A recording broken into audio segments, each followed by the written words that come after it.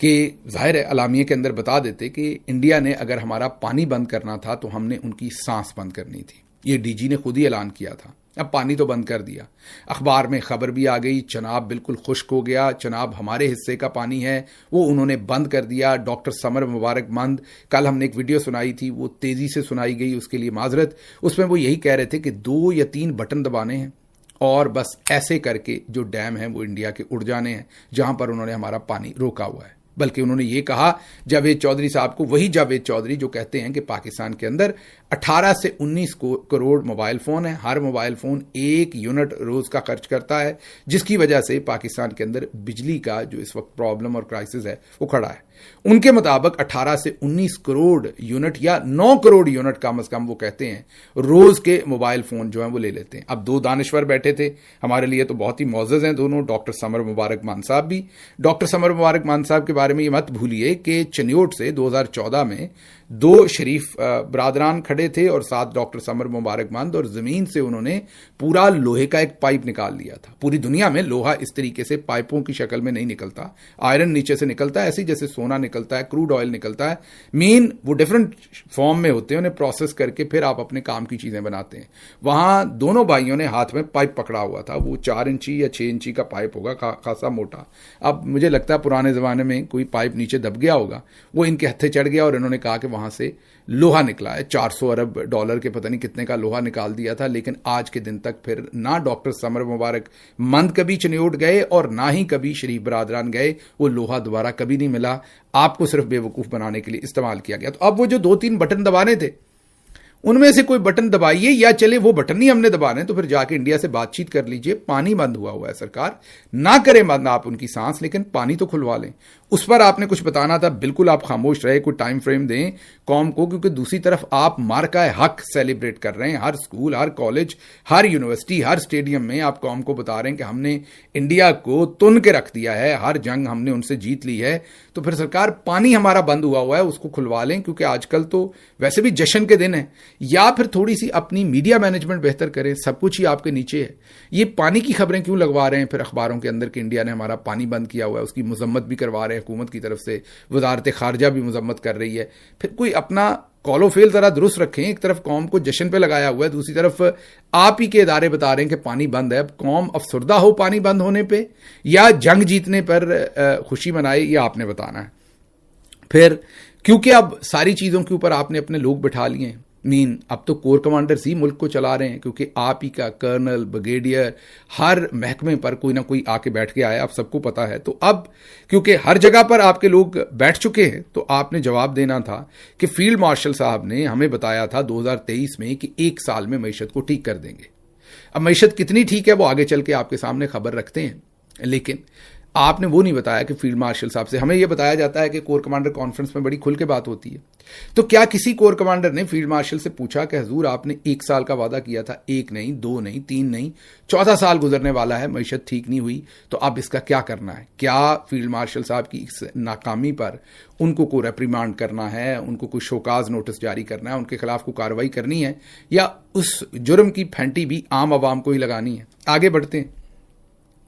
پھر اسمگلنگ ختم کرنے کا انہوں نے اعلان میں نہیں کہتا. کامران خان ملک کے معتبر جرنلسٹ ہیں، بیچاروں نے 2 سے 3 ویلاگ کر کے انہوں نے بتایا کہ کراچی میں سینکڑوں بزنس مینوں کے سامنے، جو کاروباری لوگ تھے ان کے سامنے فیلڈ مارشل صاحب نے کہا کہ میں بالکل جڑ سے ختم کر دوں گا جو اسمگلنگ ہو رہی ہے.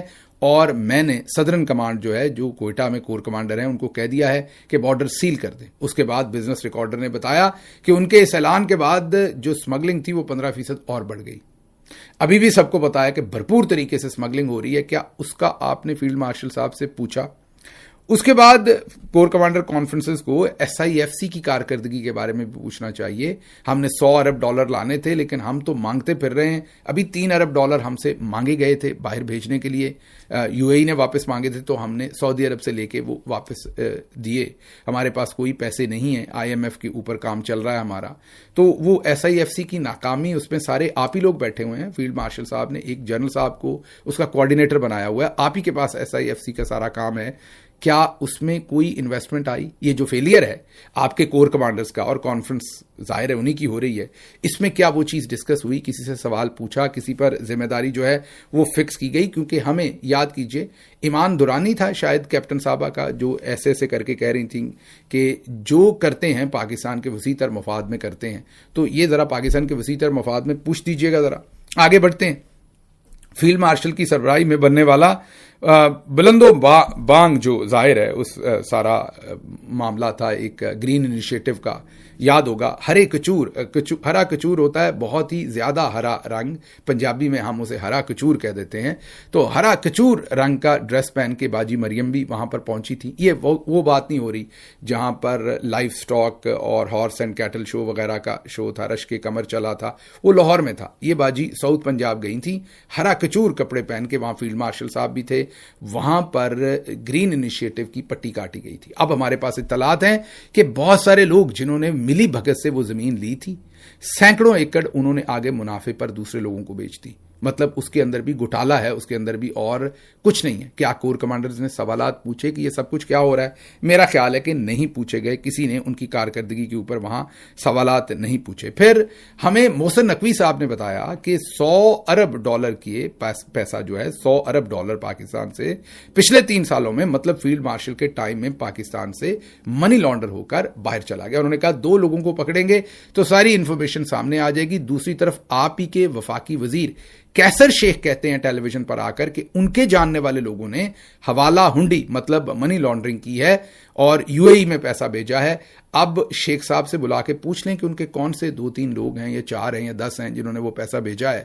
کیونکہ محسن نقوی نے یہ تو کنفیس کر لیا کہ $100 ارب جو ملک کے اندر لے کے آنا تھا فیلڈ مارشل نے، وہ ملک سے باہر چلا گیا. تو کسی کو اس کی ذمہ داری دی گئی ہے یا نہیں؟ یہ کور کمانڈرز کانفرنس کے اندر ڈسکس ہوا یا نہیں؟ پھر فیلڈ مارشل صاحب کے یہ جو بہت ہی بازوئے خاص ہیں یا دائیں ان کا رائٹ ہینڈ ہے محسن نقوی صاحب، ان کی بیوی پر ابصار عالم صاحب نے منی لانڈرنگ کا الزام لگایا. انہوں نے محسن نقوی پر اثاثے چھپانے کا الزام لگایا، لیکن ابھی تک کوئی کارروائی ان کے خلاف شروع نہیں ہوئی اور نہ ہی ابصار عالم کو اٹھایا گیا. دوسری طرف بیچارے فخر الرحمان، آپ سب کو یاد ہے بہت ہی سینئر صحافی، انہوں نے صرف کسی کا ٹویٹ شیئر کیا تھا یا کسی کا بیان شیئر کیا تھا تو انہیں اٹھا لیا گیا.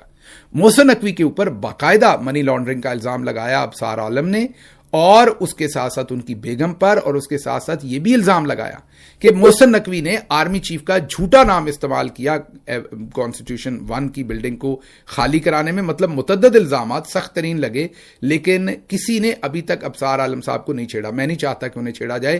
میں ماورائے عدالت یا اس طرح کے